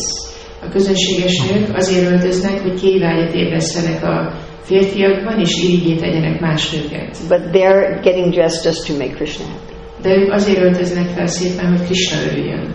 Would you like them in your heart? What do you think? Szeretnétek őket a szívetekben? So tomorrow we will enter the door of perfection. Holnap belépünk a tökéletesség kapuján. This is the end of the obstacles. Ez itt az akadályok vége. But all the steps in perfection can also be applied to the beginning. De a tökéletességben tett lépéseket alkalmazni lehet a kezdetnél is. So questions or comments? Kérdés vagy hozzáfűzés? Yes. Azt szeretném kérdezni, hogy amikor tiszta baktákat akarunk szolgálni, hogy gyakran nagy a versengés, és hogy ez esetleg ugye akadály jelentett a szolgálatunkban, hogy ez mondjuk az előbbi felsorolásban minek felel meg? Often when we want to serve pure devotees, there's a competition between devotees. So where would you place that attitude amongst what we've spoken about? Well, that goes on in the spiritual world also. Ez a versengés az a lelki világban is van. As long as there's no envy. Hogyha nincs benne irigység, Krishna likes people fighting over him. Krishna szereti, hogyha küzdenek érte, He enjoys it. élvezi. The cowherd boys are saying, I'm going to touch Krishna first. De én pásztor fiúk mondják, hogy én fogom először megérinteni Krishnát. The gopis are arguing who knows how to serve Krishna the better. A gopik vitatkoznak, hogy ki tudja, hogy kell Krishnát jobban szolgálni. That's natural. Ez természetes. Azt hiszem, hogy nem jól tettem fel a kérdést, hogy igazából arra vonatkozott, hogy amikor valakit ez hátráltat adva, tehát hogy én nem akarok a mások elé kerülni. She thinks maybe she didn't express herself well enough. So she's adding that sometimes maybe one thinks that I don't want to go in front of someone else, so I stay back and don't do the service. That is there also in the spiritual world. Ilyen is van a lelki világban is. That is explained in Chaitanya Charitamrita. Ezt magyarázza a Chaitanya Charitamrita. How the gopis are happier when Krishna enjoys with another gopi. Hogy a gopik jobban örülnek, amikor Krishna egy másik gópival élvezi magát. Even Radharani, she's happier when she's facilitating Krishna enjoying with another gopi. Még Radharani is jobban örül, hogyha lehetővé teheti, hogy Krishna élvezze magát akár egy másik gópival. So they also compete to push the other one forward. Ők is versenyeznek, hogy valaki más helyezzenek előtérbe. And Krishna is very pleased with that also. És ez Krishna szintén nagyon elégedetté teszi. So it depends on what is your motive. Tehát azon függ, hogy mi a motivációd. If you're thinking, just see how humble I am. Ha azt gondolod, hogy hát lássátok, hogy én milyen alázatos vagyok. I am so detached. Olyan elkülönült vagyok. Notice how humble I am. Vegyétek észre, hogy milyen alázatos vagyok. See. Látjátok?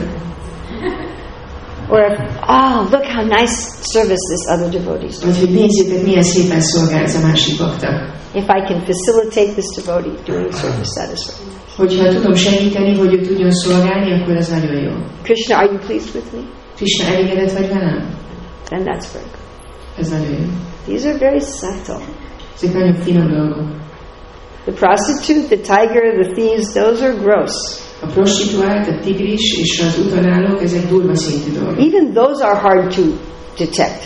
De még ezeket is nehéz észrevenni. We can be talking all rubbish and thinking we're talking something spiritual. Lehet, hogy folyamatosan szemét az, amit beszélünk, de közben azt gondoljuk, hogy nagy lelki dolgokról beszélünk. We can even excuse our gross lust and anger and greed and think it's something good. Még a durva kivágyunkat, a dühünket, ezeket a tulajdonságokat is fel tudjuk úgy tüntetni, mint hogyha valami jó dolog lenne. But the dead dog and the donkey urine, that's very difficult to understand. De a döglött kutya és a szamárvizelet, ezeket már nehezebb megérteni. So it's important that we not try to see these things with the mind. Fontos, hogy ezeket a dolgokat ne az elménkkel próbáljuk látni. Don't do a search with the mind. Nem csináljuk egy ilyen keresést az elmével. Ask them. Őket kérjük. The mind will cheat you. Az elme be fog csapni. Volt ez a kép, amikor a szívek el vannak zárva dobozban. There was this picture where the hearts were locked in the box. Sokszor nem is tudjuk, hogy mit jelentene beletenni a szívünket, és hogy hogyan lehet. és honnan tudom azt, hogy igazából jól csinálom. Often we don't know what it means to invest our hearts into something and how to do that. Hogy az érzelmet kell megélni. To actually perform the activities with emotion. Oh, I think you know. Szerintem tudod. I think you need to give yourself more credit. Szerintem egy kicsit jobban kellene bíznod magadban. So the verse that Prabhupada quoted the most often from the Bhagavad Gita was 7:1. A vers, amit Prabhupada a Bhagavad Gita-ból a leggyakrabban idézett, ez a 7:1-es vers. According to Dravida, I didn't do the research. Dravida szerint, nem én csináltam a kutatást. I heard it from him. Tőle hallottam. That is Maya Shakta Manaparta. Always think of me with attachment. Mindig gondolj rám ragaszkodással. Attachment means emotion. Ragaszkodás azt jelenti, hogy érzelem. So Prabhupada spoke on this verse to a crowd of mostly non-devotees in Sanand, India. Prabhupada ezt a verset sokszor nem baktáknak idézte, főleg Indiában. They're Indians, but Indian non-devotees are also non-devotees. Indiaiak, de az indiai abakták szintén abakták. Sometimes we think if they're Indian, they are devotees. It's not. Néha azt gondoljuk, hogy indiaiak, akkor biztos bakták. It's not true. De ez nem igaz. So I would really suggest that you listen to this class. Azt javasolnám, hogy hallgass meg ezt a leckét. I've listened to it, I don't know, 300 or 400 times. Én olyan 300 vagy 400-szor meghallgattam már. Because Prabhupada's talking to people who are not devotees.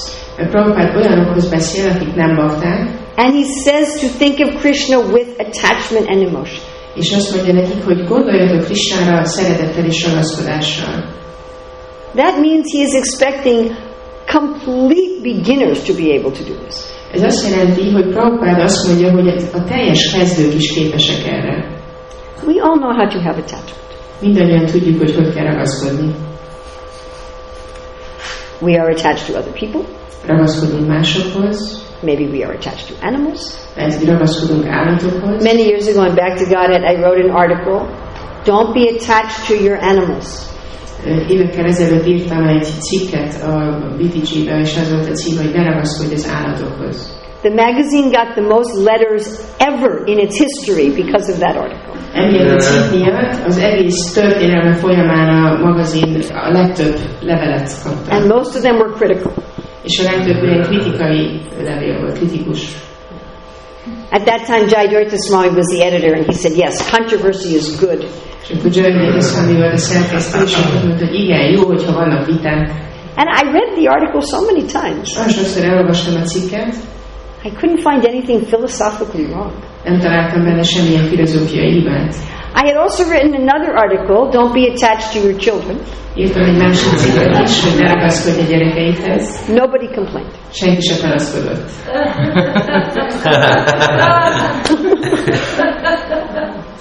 So we know how to be attached. Szóval tudjuk, hogy hogy kell ragaszkodni. We know how to be attached to a cat. Tudjuk, hogy hogy kell ragaszkodni egy macskához. Sometimes we are attached to our things. Néha ragaszkodunk a dolgainkhoz. Some piece of plastic. Egy darab plastikhoz. We're very attached. Nagyon ragaszkodunk. Maybe attached to a car. Ragaszkodunk egy autóhoz. Pair of shoes. Egy pár cipőhöz. A particular kind of food. Egy bizonyos fajta ételhez. We know perfectly well how to be attached. Tökéletesen jól tudjuk, hogy hogy kell ragaszkodni. We do it all the time. Állandóan csináljuk. And we know how to absorb our mind in whatever we are attached to. És tudjuk, hogy hogyan kell az elméket elmeríteni abban, amihez ragaszkodunk. When a boy and girl are in love, that nobody has to teach them. Amikor egy fiú és egy lány szerelmes, senkinek se kell ezt megtanítani neki. So, I was recently visiting one temple where one devotee who had been a brahmachari for 16 years was now associating with a lady. Voltam egy templomban, ahol volt egy brahmachari, vagyis egy fiú, aki 16 évig brahmachari volt, és elkezdett társulni egy hölgyel. So I heard that the temple president got very angry with him. És akkor hallottam, hogy a templom president nagyon megharagudott rá. And I said, my dear temple president, this is normal. És akkor mondtam, hogy kedves templom president, ez normális. I said, for at least the next 1.5 years, he is only going to think about this other lady. A következő másfél évben csak erre a lányra fog gondolni. Don't expect him to act the way he acted before. Ne várd el, hogy úgy viselkedjen, ahogy korábban viselkedett. He said after that it will become normal again. Utána majd megint normális lesz, I kérdeztem. said, well, new normal. Mondtam, hogy újfajta normális. I remember right after my daughter got married, Emlékszem, hogy közvetlen azután, hogy a lányom férhez ment, we went to a festival. elmentünk egy fesztiválra, They had been married maybe 2 days. talán 2 napja voltak házasok. So during japa, the husband and wife, they're sitting outside the temple room. Japa időben a férj és a feleség a templomszobán kívül ültek, And they're chanting japa like this. és így japáztak. So I don't know if you know Jai. Did Jai Swami ever come here? Once. So he's very heavy sannyasi. Jai Swami járt egyszer volt itt nagyon szigorú szanyászi. So he was there. Ott volt. And he walked past them. Elment mellettük. And he says, this is not good for japa. Ez nem beszólt a japának. And then he saw, you know, they have all the bangles and the henna and everything. És akkor látta a sok karkötőt és a hennát. And he said, oh, did you just get married? Mondtuk, most házasodtatok? And they said, yes, day before yesterday. És akkor mondták, hogy igen, tegnap előtt. He said, okay, never mind.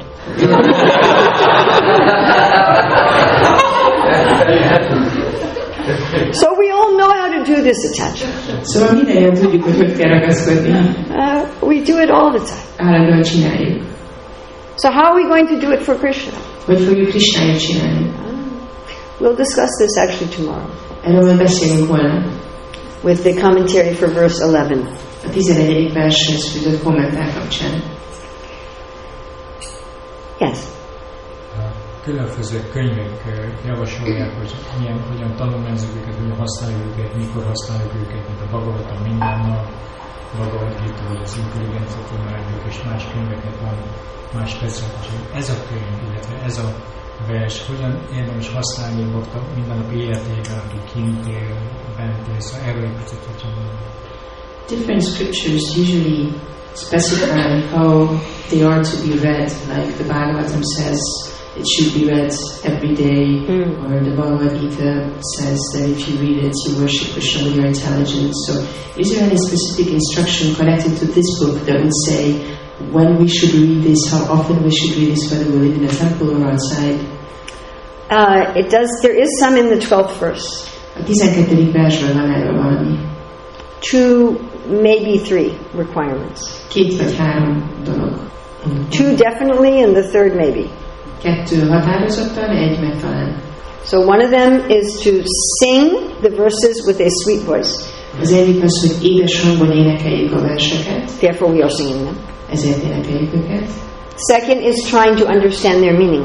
A második, hogy próbáljuk megérteni a jelentésüket. And the third maybe is to sing them understanding their meaning in Vrindavan. És a harmadik talán az, hogy Vrindávannal kapcsolatban értsük meg a jelentésüket. It's not clear if that's what the verse intends or not. Nem egyértelmű, hogy van-e ez a szándéka a versnek. And there's 2 ways of understanding it. Kétféleképpen lehet megérteni. We'll discuss that tomorrow. Majd erről holnap lesz szó. és a könyv, amit mataji írt. And the book written by you? I didn't write, this is just Raghunath Goswami. Not the verse, but all the book which you compiled. You mean the children's books? What you compiled. The Manashiksha book which you wrote, all the commentaries. Oh, yeah. How do you use them? How do you use that? És hogy kell használni azt a könyvet, amiben mataji összegyűjtötte a különböző kommentárokat. So we've done a smaller book, just has the verses and the color paintings. Ez van egy kicsi könyv, amiben csak a versek vannak és a színes festmények. And explanations of the color painting. És a színes festmények magyarázatai. So that is for singing and meditation. Ez azért van, hogy énekeljük a verseket és meditáljunk rajtuk. We also have 2 pages just with the verses, so you can just sing them easily. Van külön ebben a könyvben 2 oldal, ami csak megmutatja a verseket, hogy ott végig lehet csak egybe énekelni. And with the painting, so you can meditate on the meaning. A festmények segítik, hogy meditáljunk a jelentésen. Then the big book has all the commentary. A nagy könyvben pedig az összes magyarázat van. So that is so you can go more deeply. Az azt segíti, hogy mélyebben tudjál megérteni. You wouldn't have to go in a particular order. Nincs egy konkrét sorrend, ahogy abba haladni kell. We have, for each verse, we have Bhaktivinoda has a prose commentary and a song commentary. Mindegyik vershez ír Bhaktivinoda egy kommentárt prózában és egy versben. Then we also have commentaries by modern devotees. És aztán mai bakták is kommentálják. And you can use whichever one of those you feel is helpful. És bármelyiket használhatod közülük, amelyikről úgy érzed, hogy segít. In order to understand more. Segít, hogy jobban megértsd témát. Then for each of the verses, as I said, Bhaktivinoda Thakur has written a song in Bengali. És ahogy említettem, mindegyik versről írt Bhaktivinoda egy dalt bengáliul. You can learn those songs if you want to. Hogyha akarod, megtanulhatod azokat a verseket. When we had our intensive workshop in Slovenia, we were singing some of those verses. Amikor volt ez az intenzív workshop Szlovéniában, akkor énekeltük azokat a dalokat. The tune we use for the Guru Vandana works well for those verses. Az a dallam, amit a Guru Vandanánál használunk, jól működik. That tune works. Az a dallam, Shri Guru Charanapada. Then Bhaktivinoda has also put many mantras into his prose commentary. És Bhaktivinoda sok mantrát beletett a próza kommentárjába is. Especially for verses 8 through 12. Főleg a 8-tól 12. versig. You could also learn some of those prayers if you wanted. Azokat az imákat is megtanulhatod, hogyha szeretnéd. Or you could find other songs that helped you with those meditations. Vagy találsz más dalokat, amik segítik ezt a meditációt. Another thing we do in our workshop is we have devotees go through the songbook and find different songs that help them meditate on each of these principles. Mikor ilyen workshopot csináltunk, akkor azt is csináltuk, hogy az énekeskönyvből a bakták kikerestek dalokat, amikkel kapcsolatban úgy érezték, hogy segítik az egyes verseken való meditációt. The main thing you want is an awareness. A fő dolog a tudatosság, ezt akarjuk elérni. Am I acting ritualistically or with attention? Csak rituálni a cselekvésem, vagy ragaszkodással cselekszem? Am I just waiting for luck, or am I actually making the effort as I can? Csak szerencsére várok, vagy erőfeszítést teszek? Am I always defending my ego? Állandóan védene az egóm? It's amazing how much we defend the false ego that we say we want to get rid of. Döbbenetes, hogy mennyit védjük azt a hamis egót, amiről azt mondjuk, hogy meg akarunk válni tőle. What is my identity? Mi az én azonosságom? Do I motivate myself by thinking, yes, I'm a very good person? Azzal motiválom magam, hogy azt gondolom, hogy én egy nagyon jó ember vagyok. Do I take delight in breaking rules? Örülhetlenem abba, hogy áthágom a szabályokat? How do I identify myself? Hogyan azonosítom magam? What's my relationship with Guru? Mi a kapcsolatom a Guruval? Do I really study Rupa and Sanatana? Tanulmányozom-e Rupa és Sanatana tanításait? Do I at least want to awaken my feelings for Krishna? Ott van egyáltalán bennem ez a vágy, hogy felébresztem az érzelmeket Krishnával kapcsolatban? What do I talk about? Miről beszélek? Listen to ourselves. Hallgassuk magunkat. Awareness. Tudatosság. What did I just say? Mit mondtam most? Many years ago I was talking on the phone. Évekkel ezelőtt telefonon beszéltem valakivel. I'm too embarrassed to tell you what I said. Szégyellem elmondani nektek, hogy mit mondtam. But it was very, very arrogant. De egy nagyon arrogáns dolog volt. And one other devotee heard me. És egy másik bakta meghallotta, hogy ezt mondtam. What did you say? Mit mondtál?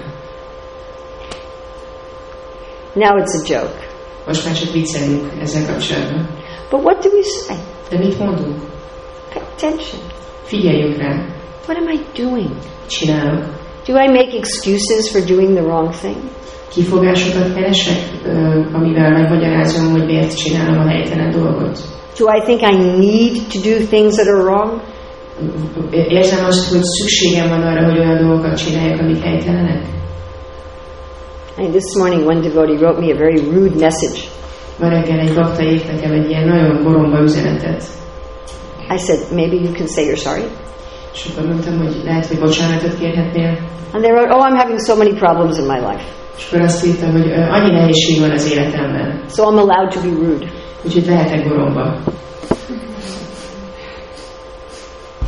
And we should ask for revelation, what's really going on in my heart. És kérjük az Urat, hogy mutassa meg nekünk, hogy mi történik a szívünkben. If we're feeling this burning, we should ask, please, show me the real thing and give me the real thing. Hogyha érezzük ezt az égető érzést, akkor kérjük, hogy mutassa meg, hogy mi a valódi dolog. And relish the mood of a servant. És élvezzük azt, abban merítsünk ízt, hogy szolgáló hangulatban vagyunk. What does Krishna say? We should be an introspective sage. Mit mond Krishna, hogy legyünk befelé tekintő bölcsek. To become Krishna conscious. Hogy váljunk Krishna tudatossá. That is the main way we should read the book. Ez a fő módszer, hogy olvasunk el a könyvet. I found this is not a book I could read like a novel, you know. Én úgy találom, hogy ez nem egy olyan könyv, amit csak úgy lehet végigolvasni, mint egy novellát. Just stay up all night and reading. Egy regényt, és fönn vagyok egész este, és csak olvasok. I would read a little and then I would go, oh, okay. Olvasok egy kicsit, és akkor így I would have to take a little break most egy kicsit szünetet kell tartanom. and try to apply and to pray. Próbálom alkalmazni, imádkozni. Okay, now I'll try the next thing. Megpróbálom a következőt megnézni. Yes. As compared to all these obstacles and how to overcome them, when is the turning point when the mind becomes a friend instead of an enemy? Tomorrow. Beszéltünk a különböző akadályokról, és az lenne a kérdésem, hogy mi az a pont, amikor az elme átfordul, és ahelyett, hogy az ellenségünk lenne, a barátunká válik. Erről lesz szó holnap. Ez egy olyan kérdés, amire nem kérek most választ, de azt gondolom, hogy kellene róla beszélni. Mert hogy itt Magyarországon most a varnássamának a megalapozásával, vagy újra bevezetésével, vagy nem tudom miért foglalkozunk, és itt a Manasiksa perspektívájában a varnásram mindig nem túl kedvező jelenségként jelenik meg, tehát ezt a kettőt You ready for like a 3-hour discussion here or something? So she would like to propose a topic which she doesn't need your response right now, but something that would probably be useful to talk about is here we are reading the Manasiksha, and at the same time in Hungary we are working on establishing Varnashram, and from the perspective of the Manasiksha, Varnashram seems like something inferior and secondary. It is. Tényleg az. It is inferior and secondary. Alacsonyabb és másodlagos. From Lord Chaitanya's perspective. Az Úr Chaitanya perspektívájából. That doesn't mean it's not helpful. Ez nem jelenti azt, hogy nem segít. It's not necessary. Nem szükséges. But it's very helpful. De nagyon nagy segítség. It's not necessary. Nem szükséges. You can attain pure bhakti without doing varnashram. Elérheted a tiszta bhaktit varnashram nélkül is. Migrari the hunter was not advised to follow varnashram. Migrari a vadász nem kapta azt a tanácsot, hogy kövesse a varnashramát. Narada Muni didn't say, okay, first you have to follow varnashram and then you can do bhakti. Nem mondta neki Narada Muni, hogy először követned kell a varnashramát, és akkor tudod gyakorolni a bhaktit. Jamil gave up varnashram. A Jamil feladta a varnashramát. He gave up his varna, gave up his ashram. Feladta a varnáját, feladta az ashramáját. And still he could do bhakti. És mégis tudta gyakorolni a bhaktit.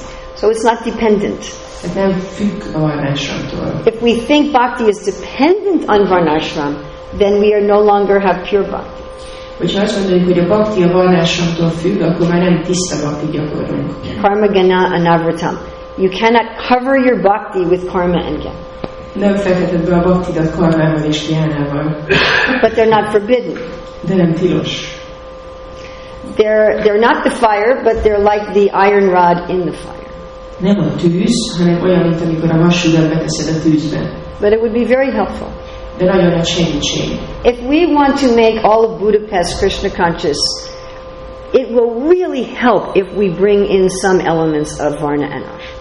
Hogyha egész Budapestet Krishna tudatossá akarjuk tenni, akkor nagyon nagy segítség lesz abban, hogyha a varnásra bizonyos elemeit átvesszük, vagy gyakoroljuk. Otherwise it will be very difficult. Anélkül nagyon nehéz lesz. So it's important. Ez fontos. Also, we'll not be able to do it perfectly at this time. És ma nem fogjuk tudni tökéletesen csinálni. You can do bhakti perfectly in 2016. A bhaktit lehet 2016-ban is tökéletesen gyakorolni. But I don't think you can do Varna and Ashram perfectly in 2016. De szerintem a varnát és az ashramát nem lehet tökéletesen követni 2016-ban. But something is helpful. De valami segít. My personal opinion is that Varna is much easier than ashram. A személyes véleményem az, hogy a varna sokkal könnyebb, mint az ashram.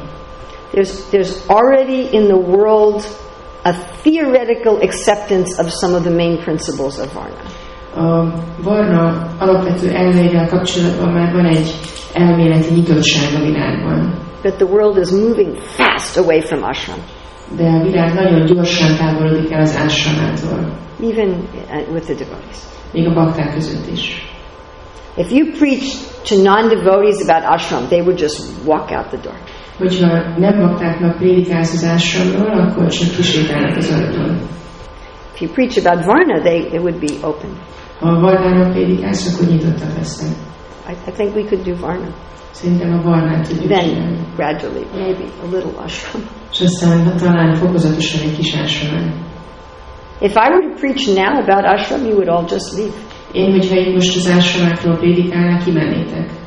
And this is one of the most conservative communities in the Hare Krishna movement. És ez az egyik legkonzervatívabb közösség a Hare Krishna mozgalomban. Should I try? Megpróbáljam? So the girls should get married by 16 and the men by 24 maximum. A lányoknak 16 éves korukra házasnak kell lenniük, a fiúknak pedig 24 éves korukra. You going to do that? Megcsináljátok? And you should have lots of children. Nagyon sok gyereke legyen az embernek. You're going to do that? Ezt fogják csinálni. Don't try to be half renunciate, half married. Ne legyél félig lemondott, félig házas. Yes, we're married, but we're not going to have a real house. Igen, házasok vagyunk, de nem lesz igazi házunk. We're not going to have money. Nem lesz pénzünk. We're not going to have children. Nem lesznek gyerekeink. But we're still going to be married. De házasok leszünk. Don't try to be half renunciate and half married as a renunciate. Nem próbálj félig házas, félig lemondott lenni, mint egy lemondott. I'm going to be a renunciate, but I'm going to have some money. Nem mondott leszek, de azért lesz pénzem. And I'm going to impress the opposite sex. És így nagy hatással leszek majd az ellentétes nemre. Who's going to listen to this? Ki fogja ezt meghallgatni? Nobody wants to listen to this. Senki sem akarja ezt. I hardly say these things anymore. Én annyira beszélek ezekről a dolgokról, mert But Varna you could say. a varnáról lehet. Renounce when you're older. Vonulj vissza, amikor idősebb leszel. People are getting married when it's time to renounce. Az emberek akkor házasodnak meg, amikor a lemondás ideje jön. For the third time. Harmadszor. And these are devotees. És ezek bakták. So what am I going to say about ashram? Mit beszéljek az ashramról? There's nothing to say. Nincs mit mondani. You just say, okay, your ashram is a mess. Csak azt lehet mondani, hogy az ashramotok az egy felfordulás, egy rendetlenség, csak énekeljétek a Hare Krishnát. It's okay. Rendben van. Forget about it. Felejtsétek el. What ashram am I in? I don't know. Én milyen ashramban vagyok, nem tudom. They're not renounced, they're not married. Nem lemondottak, nem házasok. Just chant Hare Krishna. Csak énekeljétek a Hare Krishnát. Forget about it. Felejtsétek el. But Varna you can say. De varnáról lehet beszélni. Varna means you do work according to your nature. Varna azt jelenti, hogy a természetet szerint cselekszel. Everybody likes that. Ezt mindenki szereti. Except for some ISKCON leaders don't like that. Kivéve néhány iszkon vezetőt, ők nem szeretik. They just want you to do whatever you're told. Ők azt akarják, hogy azt csinálni, amit mondanak neked. And so they make up their own philosophy. És akkor kitalálják a saját filozófiájukat. If you're not happy with your service, you're more surrendered. Azt mondják, hogy ha nem vagy boldog a szolgálatodban, akkor sokkal meghódoltabb vagy. If you work according to your nature, that's just your ego. És úgy, ha természetet szerint cselekszel, az pedig csak az egód. So, but most people appreciate this. De azért a legtöbben ezt úgy elfogadják. Even in the world. Még a világban is. That your source of income should be according to your nature.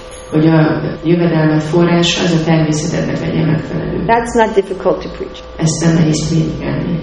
And then your source of income, that's according to your nature, should be in harmony with the world and the universe. És aztán, hogy a jövedelem forrásod, ami a természetednek megfelelő, legyen összhangban, egy harmóniában a világban és az univerzumban. I think we'll have like 60-70% people can accept this. Azt gondolom, hogy az emberek 60-70%-a ezt is el tudja fogadni. It's not just about you. Ez nem csak rólad szól. You're not doing an income just for you to get money. Az, hogy jövedelmet teszel, ez nem csak arról szól, hogy neked bejön pénz. You're doing an income also to create function in society. Azért is van ez a jövedelmet, hogy működjön a társadalom. Like the different parts of the body. ahogy vannak a testnek a különböző részei. The head has its function, the stomach has its function.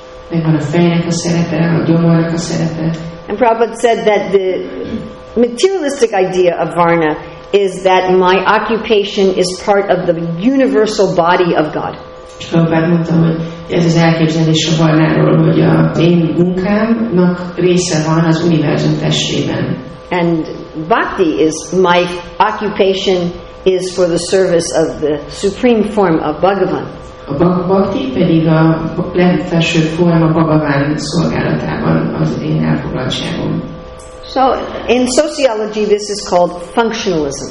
A szociológiában ezt funkcionalizmusnak hívják. That the different parts of society work together like different organs in the body. Ugye a társadalom különböző részei együtt dolgoznak, mint a különböző szervek. So again, many people will agree with this idea. Ezzel az elképzeléssel is sokan egyetértenek. But there is also an opposing force. De van egy ellenállás is. In sociology it's called conflict theory. A szociológiában ezt konfliktus elméletnek nevezik. Where you don't see the different parts of the social order as part of a body. Ahol nem látod a társadalmi rend különböző részeit egy test részeként. You see them as aggressive. Hanem úgy látod, mint amely agresszívak. Prabhupada writes to us this in Krishna book chapter 20.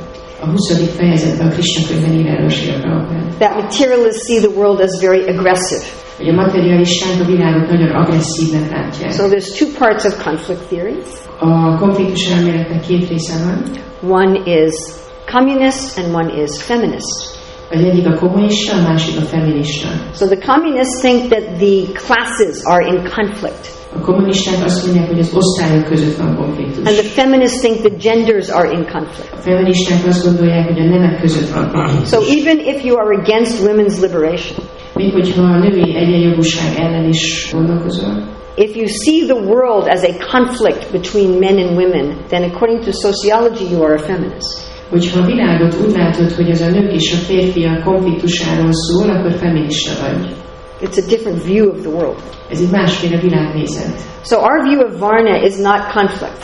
A mi nézetünk a varnával kapcsolatban nem a konfliktus. Our view of varna is cooperation. Hanem az együttműködés. But cooperation with a personal God. Együttműködés egy személyes Istennel. So I think that's very possible to preach. Szerintem ezt nagyon jól lehet prédikálni. I think at least a lot of people are open. Szerintem sokan jutottak erre. Even some devotees see the world as conflict.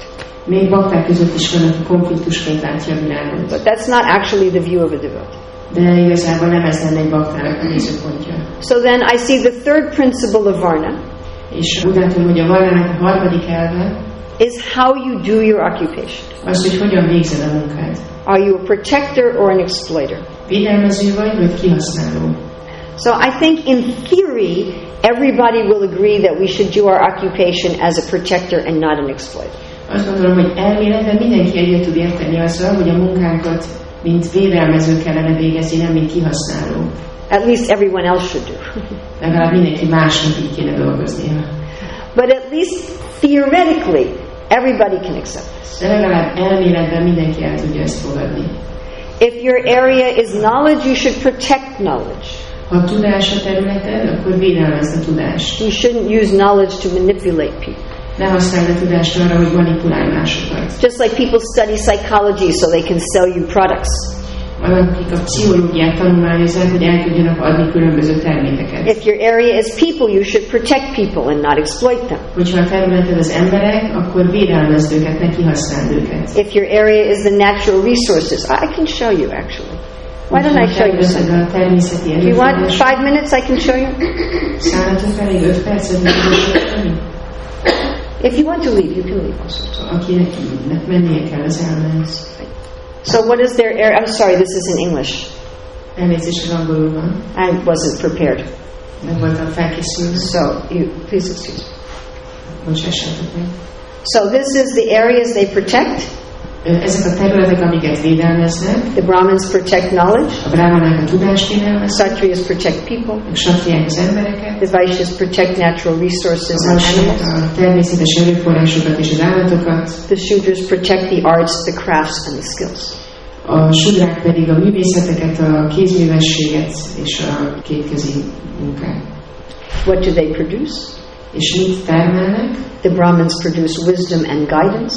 A brámanák bölcsességet és útmutatást, The Kshatriyas produce peace, order and care. a ksatriák békét, rendet, gondoskodást, The Vaishyas produce honest natural wealth. a vajsják becsületes, természetes vagyont, The Shudras produce services, entertainment and objects. a sudrák pedig szolgálatokat, szórakozást és különböző tárgyakat. What is their main interest? Mi a fő érdeklődésük? The Brahmanas are interested by truth and liberation. A brámanákat az igazság és a felszabadulás érdekli, Kshatriyas are interested in morality and a ethics. ksatriákat az erkölcs és az etika, The Vaishyas are interested in wealth. a vajsjákat a vagyon, The Shudras in pleasure. a sudrákat pedig az öröm. You recognize these? Felismeritek ezeket? The Sanskrit? Szanszkritot? What is the Sanskrit? What are they controlled by? Mi irányítja őket? Brahmins are controlled by what we call mutual adjustment. De együttműködés.